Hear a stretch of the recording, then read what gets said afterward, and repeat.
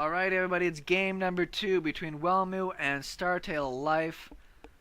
That was a very, very interesting game number 1. I would suggest people check that out if you have not yet. If you're a Zerg or a Protoss player, you'll learn something from that. Interesting mind games and great responses there out of Wellmu, who did take game number 1 in what I consider a very convincing way. Almost embarrassing for Life. Try to go for that really greedy, like 3 hatch before pool on a habitation station. Got that essentially shut down by a zealot stalker and a mothership core, and then just got trapped in his base behind like a feigned 4-gate. And then the Protoss player took his own gold base. It was breathtaking. It was done so well. Very, very impressed. On this side, I'll be interested to see what happens now. Wellmu's got a lead. Obviously, he's not favored in this matchup. So he could just play standard straight up, it's a big map, and draw it out. Or he could go for something weird. We'll see what he wants to do.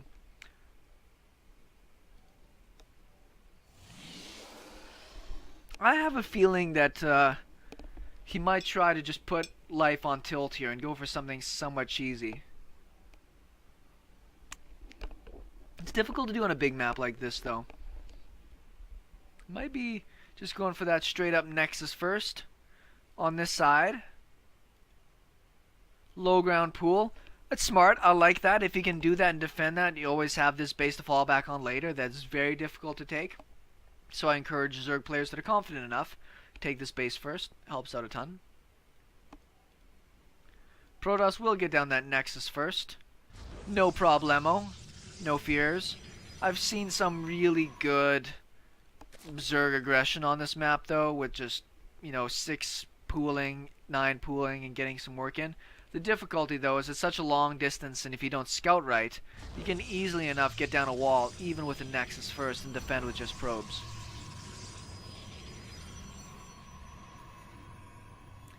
Looks like his timing is slightly off on this supply depot. We'll be supply blocked for just a moment there. And there's the 3rd hatch before pool. Life going mega, mega greedy. Balls to the wall again. And why not? Your Life. Your big deal. Do it up.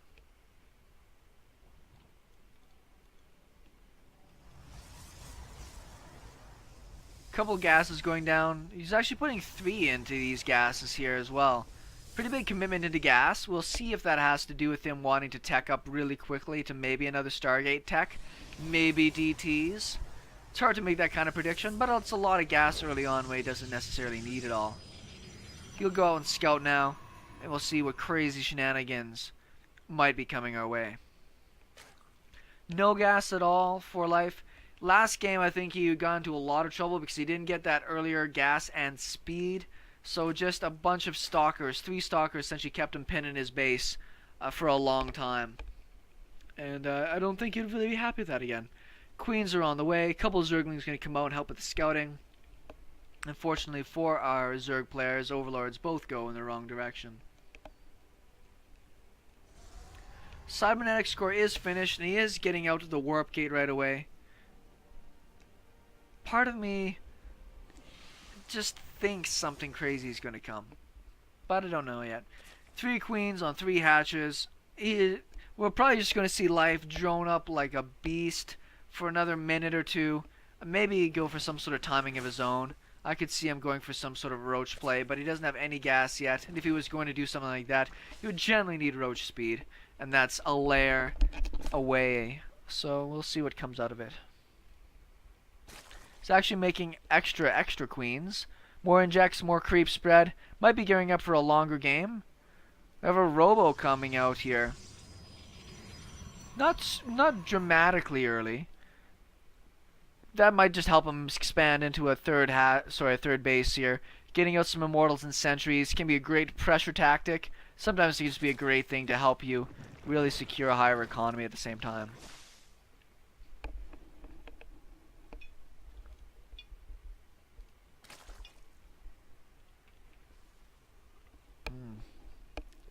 Tequila what? Creep spread's going to be pretty ridiculous. Life's obviously got the multitasking to be able to deal with these kind of things. Zerglings trying to spread out and run everywhere. I don't think there's any pylons anywhere on the map. The fact we're seeing a lot of sentries come out on one gateway Makes me somewhat suspicious. Maybe we'll see just a gateway blitz, like another 6 or 7 gateways go down, and just a big immortal warp prism timing. They're pretty cool these days. They're trendy. Supply block for just a moment. 2 more gateways going down over here. You'll generally see Protoss spread out their gateways they're going down, but in this case he's just going to try to hide them in the back of his base and deny overlords from getting in there. There we go. Lots and lots and lots and lots of gateways. 7 gateways. Just like I said, guys. I know what I'm talking about. Warp gate is done. Sentries are out. We should be seeing the Great March soon. The difficulty is this is a long march. We have a Zerg player. It's already up over 50 workers. He's going to get Lings and Speed and his Roachworn and his Lair. So by the time this Protoss attack, and I've seen this happen a bunch of times, the Protoss gets that sexy Immortal Warp Prism build, all these gateways, they move across the map, and then they got hit by like 50 extra supply of Zerg.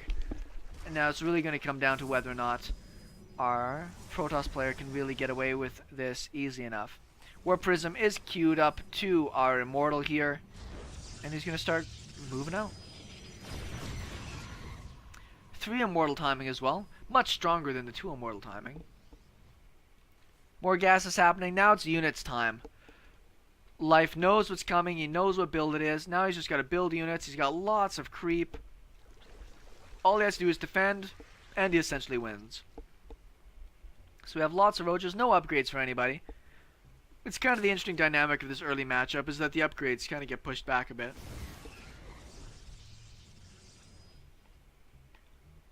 More queens. How many queens does he have right now? He's got 6 queens, he's going to go up to 9 queens. Which is good. I mean, like, that's production that doesn't cost larva. So you can always get more of them. Get those transfuses out. Tanky unit. Life is trying to get a good surround going on over here. The Warp Prism is available with a recall.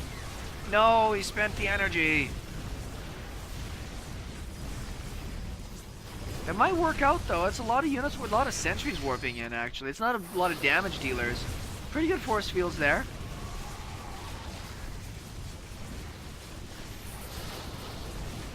Very nice force fields. Those roaches are getting so trapped up here. 2 seconds, everybody. Alright, sorry about that there. I just got contacted by the company's doing some work on my building because I had... Oh man, never mind my story. Life's about to essentially lose this game anyways from the looks of it. And I'm kind of surprised. I actually thought Life had plenty of time to prepare for this. I think he saw what was coming. I think he actually just, I don't know if it was control or what else. I'm not a person that likes to talk about like Protoss Empire or anything like that, but there was enough time in there, I think, for the Zerg player to prepare for that attack. These Immortals, 11 kills, 12 kills, 16 kills, have been alive the whole time. They didn't get shut down once. I don't know if he needed more Zerglings other than just roaches to get in behind there. I'm not too sure what the answer was, but this just looked easy for Wellmu against a really, really tough opponent. So, 2 games to nothing for Wellmu. StarCraft will be back with game number 3.